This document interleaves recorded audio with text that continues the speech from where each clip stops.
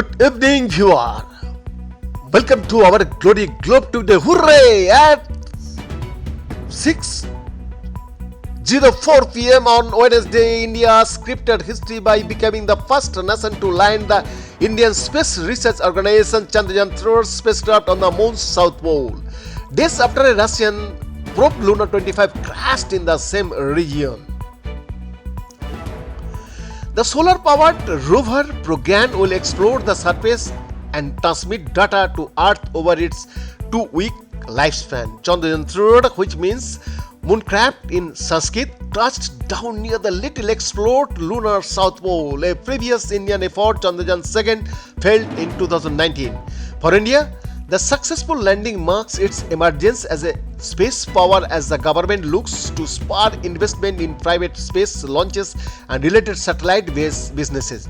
People across the country were glued to television screens and said prayers as the spacecraft approached the surface. The Chandrayaan 3 spacecraft landed on the lunar south pole. The Indian Space Research Organization said this was India's second attempt to land a spacecraft on the moon and comes less than a week after Russia's Luna 25 mission failed. On Wednesday, the ISRO said it was all set to activate the automatic landing sequence of the spacecraft, triggering the algorithm that will take over since and once it reaches the designated position and help it land. Landing on the south pole of the moon would actually allow India to explore if there is water ice on the moon. And this is very important for cumulative data and science on the geology of the moon, said Carla Filotoco, a partner and managing director at consultancy Space Tech Partner. A few hours before the scheduled landing, the mood was upbeat at the spacecraft command center on the outskirts of Bangalore as ISRO officials and scientists hunched over massive screens monitoring the lander. Anticipation before the landing was feverish, with banner headlines across Indian newspapers and news channels running countdowns to the landing. Prayers were held at places of worship across the country and school children waved the Indian tricolors as they waited for live screenings of the landing. Children gathered on the banks of the Ganga river, considered holy by Hindus, to pray for a safe landing, and mosques in several places offered prayers.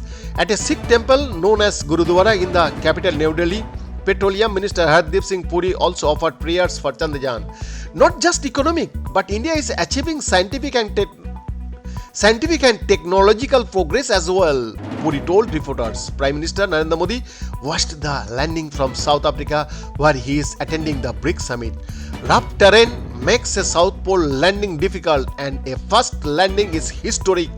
The region ice could supply fuel, oxygen, and drinking water for future missions.